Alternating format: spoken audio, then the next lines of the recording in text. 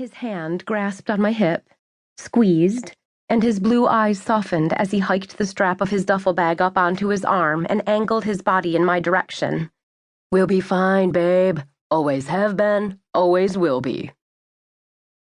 I probably would have believed that statement had it possessed any ounce of truth. His delivery was convincing enough. It was the subject matter I had a harder time believing. But even still, the hypnotizing effect Lance had on me since the day of our first phone call hadn't yet worn off. If anything, it had only intensified. I wasn't sure how he was always able to do that, but I figured it had to be some gene passed down to him throughout the generations of charmers that branched out of his family tree. I knew very little about DNA, but was pretty positive there was a strand specifically tied to this Casanova gene somewhere in that twisty double helix of his. I stared straight over his shoulder at the wall listing departures and arrivals, the glowing red numbers and letters obscured by the blur of passengers rushing down the busy corridor with their rolling luggage trailing behind them like obedient dogs. The frenzied bustle disoriented my focus and spread the words on the screen into a fuzzy haze. I'd never taken drugs before. I didn't even know the correct terminology for saying I hadn't, but I was fairly certain the dizzying fog had to be similar to tripping on LSD. Did you take drugs, or did you do drugs? Or was it you took drugs from someone and then did them?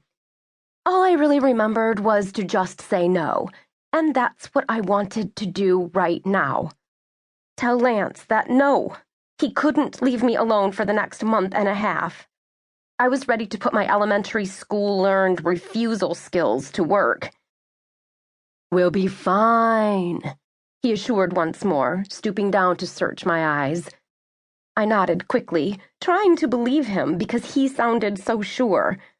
If I looked long enough into those baby blues, it would be all the assurance I'd need. He could convince me with just one heartfelt look, the DNA-certified charmer that he was. Lance was convincing in all areas of his life. I'm sure that had a little something to do with his selection for the internship in Washington. He was politician material through and through, and even I wasn't immune to his ability to reassure and persuade the most stubborn of individuals. Not only was I not immune, I think I was completely infected. And I could be quite a stubborn and resistant individual. That might actually explain the nickname of Mule Lance gave me after our chemistry class together our sophomore year of high school. I had been adamant we had to note the mass of the volumetric flask prior to filling it with our liquid sample, and he was certain we didn't. We went back and forth the entire duration of the lab and never did turn in our assignment. It seemed like a silly thing to put up a fight over, but I think Lance saw it as an opportunity to challenge me.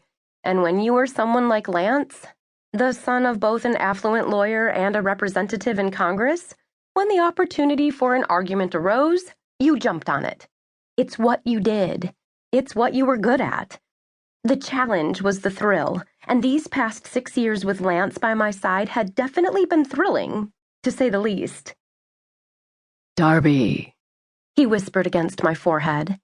"I'll see you in just a month and a half. It will fly by." I snickered audibly under my breath. "Maybe for you, with your fancy galas and political soirees," I teased, fingering the hem of his red Stanford t-shirt that hugged his toned upper half. "But honestly, the most important thing I'll do this summer is watch paint dry." Lance's shoulders lifted with laughter and he cupped my chin in his hands. I shook my head under his grip. "I'm not joking, Lance. Sonia and I literally have to repaint the townhouse or Gustav's keeping our cleaning deposit. I'm not being figurative here. We're totally gonna park our folding chairs in front of the wall and watch paint chip number SW7036 dry. You're completely jealous right now. Don't even try to hide it." "He's not making us repaint ours." Lance popped an eyebrow up that indicated our landlord's favor for his apartment's tenants over mine. "Because you're a McIverson. Seriously, have you ever once had to do anything you didn't want to do?" Lance twisted his lips and scrunched his nose.